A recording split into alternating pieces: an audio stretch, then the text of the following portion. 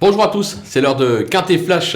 On prend la direction ce lundi de l'hippodrome de Clairefontaine à l'occasion du prix des Équilaises. On va évoluer sur 2400 mètres et sans plus attendre nos bases avec le numéro 12, American Park, qui reste sur deux bons accessites à ce niveau. Il a fait ses preuves sur la distance, l'engagement est favorable. Il peut tout simplement ambitionner la victoire. Le numéro 7, Hide Lady, qui cherche sa course à ce niveau comme l'attestent ses deux récents accessites.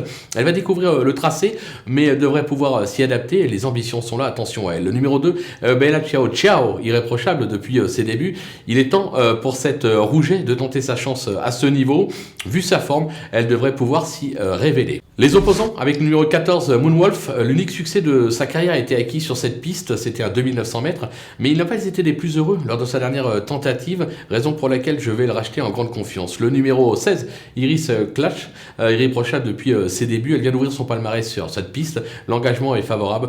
Encore une fois, c'est encore une Rouget à redouter dans ce type d'épreuve. Et enfin, le numéro 10, Sotvast, irréprochable et confirmé sur ce parcours, deux accessites. Elle monte ici de catégorie, mais pas sans ambition, elle mérite un certain crédit. Le coup de poker avec le numéro 8, Galima, qui a peu couru, mais toujours à bon escient. Elle sera sur sa distance de prédilection. L'engagement est plutôt favorable. Son entourage n'est pas très confiant. Toutefois, moi j'y crois, et donc je vais suivre mes avis et la garder assez haut dans ma sélection. Elle peut faire afficher une cote. Les outsiders, ils sont nombreux avec le 3, Kergrist, un modèle de régularité qui se plaît sur ce type de parcours. Il est correctement traité au poids.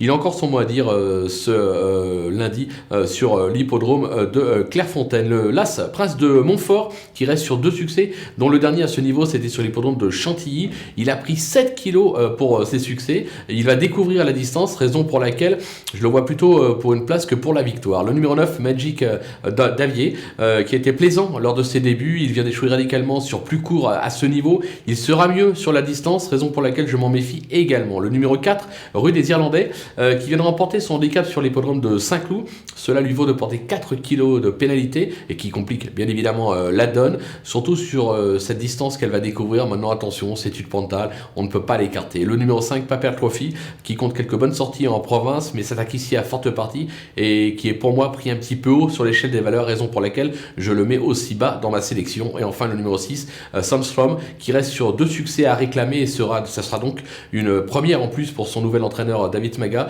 C'est une course test comme on dit, ça peut se révéler bien comme être n'importe quoi. David Maga ne s'en cache pas.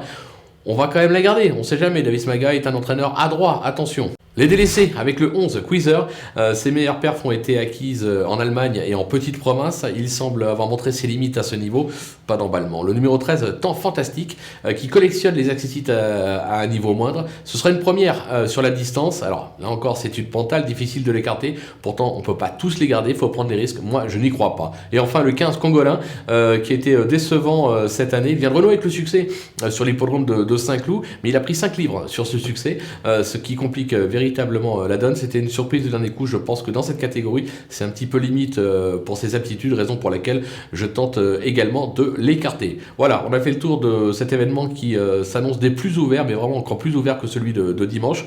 Mais on va tenter de faire le job, comme on dit. On va se quitter avec ma sélection et mes conseils de jeu. À vous de jouer.